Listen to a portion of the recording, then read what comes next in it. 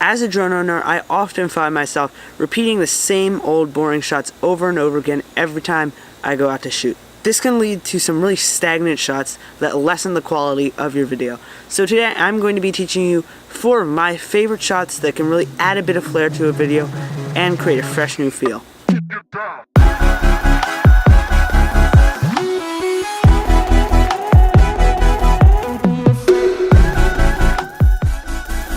Now, one of my favorite creative drone shots is flying really low to the ground. I like doing this because it really adds perspective. Depth becomes really clear when you're flying really fast and you can kind of see just everything passing by you. The sense of speed that is created by these shots really can help guide the viewer through the landscape, and it also makes the landscape look larger than it actually is. Another perk of flying low to the ground is that the textures look so much better. When you're flying low to the ground, the sensor of the camera is closer to the ground and you have much better textures and much more detail, especially if you're shooting in 4K. The second thing I like to do to spice up my drone videos is add in speed ramps. Long footage can get really boring really fast, so speed ramping allows you to stay within this same shot and skip past some of the more boring continuous movements, which really can help improve audience retention here on YouTube. A speed ramp can allow you to show a close-up and a landscape in the same shot in context. Doing so can show how small something is compared to the landscape around it. If you fly away from me and speed ramp that, it starts up close on me and you can see me as the main subject. Then you speed ramp away from me and you immediately see how huge the landscape is compared to just me. One thing you need to be sure to do when doing this is add motion blur. If you don't have motion blur, it looks unrealistic and just looks like a time lapse. If you add motion blur, it looks like your drone is just shooting back in real time, and the motion blur just really sells the effect.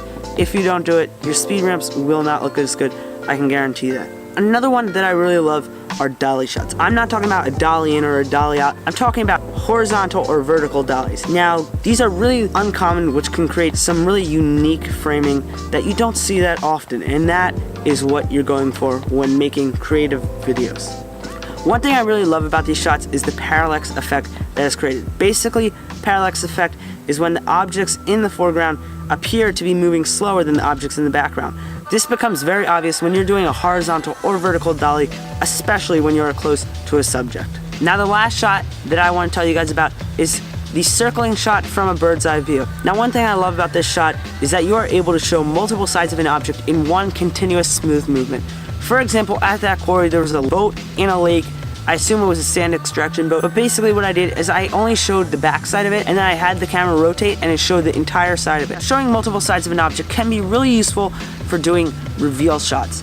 For example, let's say we're doing a narrative video and there's an antagonist, because most narratives do have an antagonist. So what we could do with this boat example is we could have it start off where you just see the back of the boat, and then you can have it fly around and reveal the boat, and on the deck is the antagonist. Now, I can't use any examples from movies because of YouTube copyright law, but I will use an example from a video game. Now, as you can see, the animated drone view goes from the back of the boat and it flies to the side of the boat, revealing the antagonists, which are on the boat. These bird's eye view shots can also provide context to what is going on in the scene. If I just showed you this boat from the side, or where you couldn't see any of the surrounding landscape, you wouldn't really know what it was. Now that you see it's in a quarry setting, you can kind of guess that it's a sand extraction boat, or it's extracting minerals, or gathering some kind of thing in the quarry.